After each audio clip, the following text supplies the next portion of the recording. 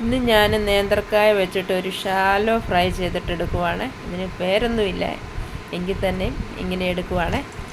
അപ്പം നമുക്കതിന് വേണ്ടിയിട്ട് ആവശ്യമുള്ള നേന്ത്രക്കായ എടുത്തിട്ട് അതിനുള്ളിലെ നൂലും ആ കറുത്ത ഭാഗമൊക്കെ എടുത്ത് കളയാം.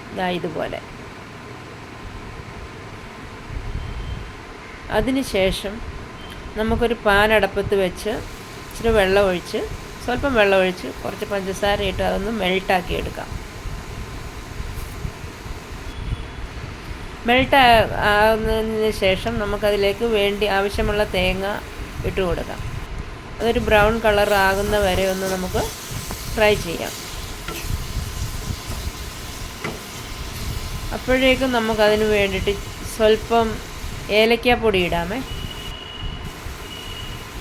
ഏലക്കാപ്പൊടി ഇട്ട് നമുക്കത് അപ്പം പിന്നെ നമുക്ക് ഓഫ് ചെയ്യാം ഗ്യാസ്. അത് കഴിഞ്ഞ് ഇതിന് വേണ്ടിയിട്ട് കുറച്ച് മൈദ എടുത്തിട്ടുണ്ട്.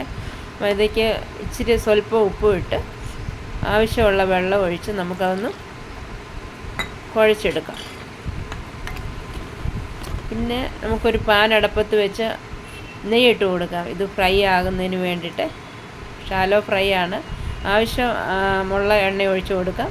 വെളിച്ചെണ്ണയാണ്, ഇത് ഇഷ്ടമില്ലാത്തവർക്ക് വെളിച്ചെണ്ണ ഒഴിക്കാം. അത് കഴിഞ്ഞിട്ട് നമുക്ക് ഇതുപോലെ തേങ്ങ നേന്ത്രക്കായുടെ അകത്ത് വെച്ച് നമുക്ക് ഫില്ല് ചെയ്യാം. മൈദ കൊണ്ട് നമുക്ക് അടയ്ക്കാം. ഫില്ല് ചെയ്ത മാത്രം മതിയേ, ബാക്കിയുള്ളിടത്ത് മൈദയുടെ ആവശ്യമില്ല. എന്നിട്ട് എല്ലാ നേന്ത്രക്കായലും അങ്ങനെ വെച്ചതിന് ശേഷം എണ്ണ അപ്പോഴേക്കും ചൂടായിട്ട് നമുക്ക് ഓരോന്നും അതിലേക്ക് പറക്കി വെച്ച് ഷാലോ ഫ്രൈ ആയിട്ട് ചെയ്തെടുക്കാം. ഗ്യാസിൻ്റെ ഫ്ലെയിം കുറച്ച് വെച്ചിട്ട് വേണം ഇത് ചെയ്യാനായിട്ട്. ഒത്തിരി എണ്ണയുടെ ഒന്നും ആവശ്യമില്ല, കുറച്ച് നെയ്യോ എണ്ണയോ മതിയാകും. ഷാലോ ഫ്രൈ ചെയ്തെടുത്തിട്ട് ഇതുപോലെ ഫ്രൈ ചെയ്തെടുക്കാം. ചായയുടെ ഒപ്പം കഴിക്കാൻ സൂപ്പറാണ്.